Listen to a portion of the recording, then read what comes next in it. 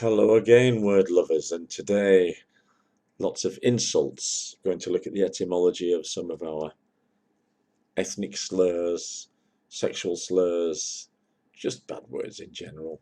Starting and getting out of the way, really, the many names for Germans which persist in our language just because of our last Great War, the Second World War. So Jerry obviously is a shortened form of German, as we used Jap for Japanese, and that's a very, very common way of using a country name for a pejorative.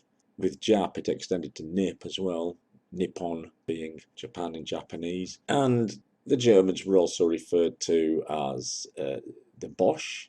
This apparently comes from French insult, meaning head of a cabbage. There's a portmanteau word with allemand and caboche. Al-caboche becoming shortened to Bosch, cabbage head. Kraut is similar from sauerkraut. Sauerkraut just means sour vegetable, a typical dish. Another favourite way of referring to nationalities in a bad way is defining them by their food. I believe the French use chips as an insult for the Belgians. A Portuguese might be referred to as a squid muncher, etc., etc. Then you have the Hun, just meaning generalized enemy.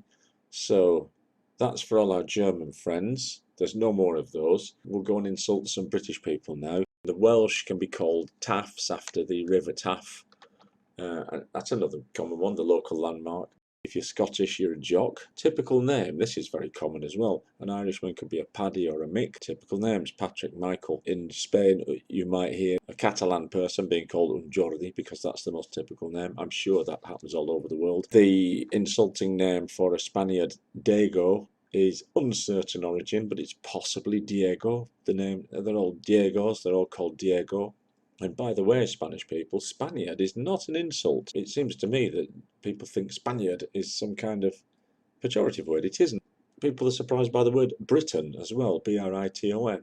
I am a Briton, whether I like it or not. I'm a Brit, not a Yankee. Yankee is one of those words with many possible derivations. We can trace it back to 1758, when a military officer receives a company of what he calls Yankees. I think people in those days probably meaning somebody from New England or possibly even New York.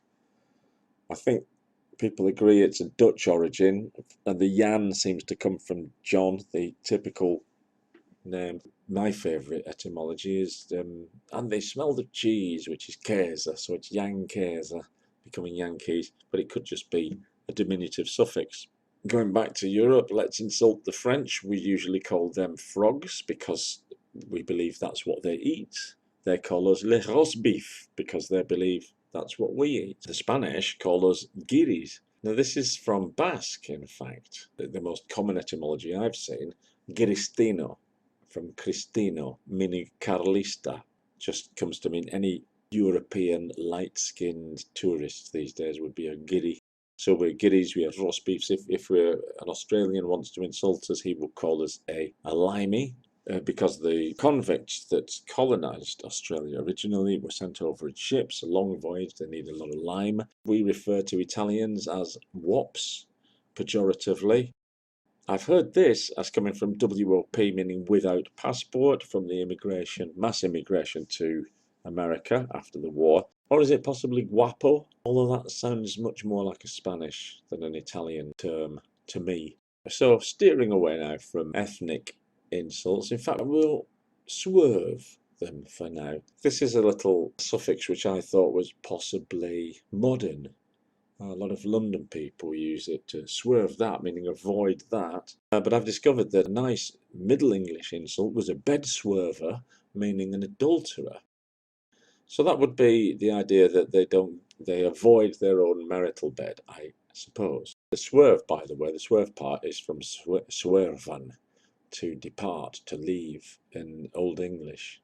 The modern equivalent of this is a dodger, as in an overweight person would be called a salad dodger, or an old person would be called a coffin dodger. Dodge in itself is a word that has an unknown etymology, possibly from didrian, an Old English word which would give us the word to dodder, to hesitate, to walk falteringly.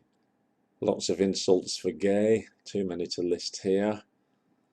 You can find a whole plethora in Viz Magazine's offshoot, the Profanosaurus, which is actually a good source for etymologies, very modern and colourful etymologies. For if you feel the need for an ethnic or sexual slur, there's plenty in there. We have traditional bad words for professionals if we don't like them. A carpenter is a chippy. That's not really pejorative. You're chipping the wood. Spark is an electrician. You're making sparks. That's not very pejorative. But then for a doctor, you get sawbones, and for a civil servant or an office worker, you get a pen pusher. An accountant would be a bean counter, all very pejorative. Sawbones in Spanish is matasanos, the killer of healthy people, and the pen pusher in English is the chupatintas, the ink sucker in Spanish. A bad journalist is referred to as a hack. This is possibly from chopping things up into small pieces from a Dutch hacken. Came also to mean an old horse. So I think the idea of bad journalist comes from an old hack horse, which brings us on to the bad word, an insulting word for a horse. The horse is all finished, is a nag. And going back to Spanish again, that is a rocin in Spanish, which might explain why Don Quixote's horse is called Rocinante. A bad car, an old car, rusty car, would be a banger because of the bang bang that it would make in the old days when it was faulty. And another marvellous word, jalopy, but unfortunately I can't find where that comes from. It comes from the USA, and it comes from around 1925. One suggestion is that a lot of cars were sold to Jalapa in Mexico, but that seems like a stretch to me. And then we get lots of words of bad people. If you say his name is Mud, I've insulted him a lot. Why? Well, his name is Mud around here. This was apparently Dr. Mudd who failed to save Abraham Lincoln after his assassination, and was even accused of being one of the gang. This is not true, unfortunately, as we can predate that. Here we have Dictionary of the Turf, 1823, Mud, a stupid twaddling fellow, etc., etc. Even the expression his name is Mud is there. But we do have one historical personage we use, Major Vidkun Quisling, who was the ruler of Norway under the Nazi occupation. He was a puppet governor.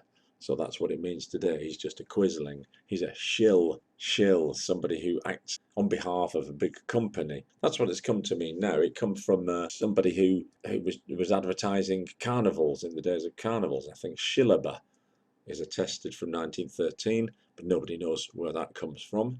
Carnival language, let's call it. And if we're going to shills, well, heavens, we've opened up the Pandora's box of modern insults, from thots to blue checks to triple brackets to salt mines. And a lot of them are so horrible, even more horrible than the ones that I've just spoken about. You feel free, that's another door that I'm opening. Urban Dictionary is a good source for those, a good online dictionary, but not for the faint-hearted.